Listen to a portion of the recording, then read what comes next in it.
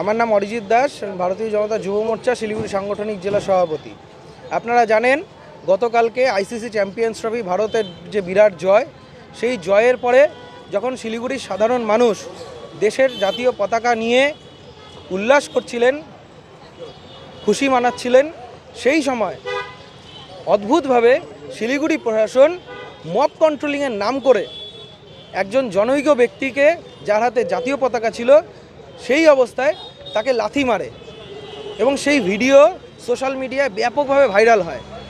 এবার এই ঘটনার চরম নিন্দা সারা সমাজ জানাচ্ছে।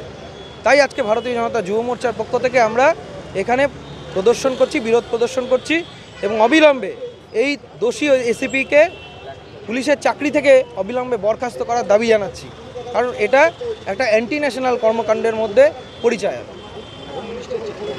আমরা ভারতীয় জনতা যুব মোর্চা শিলিগুড়ি সাংগঠনিক জেলার পক্ষ থেকে হোম মিনিস্টারের কাছেও একটা চিঠি আমরা এনার বিরুদ্ধে দিচ্ছি, যেন যত সত্বর এনার বিরুদ্ধে ব্যবস্থা হয়।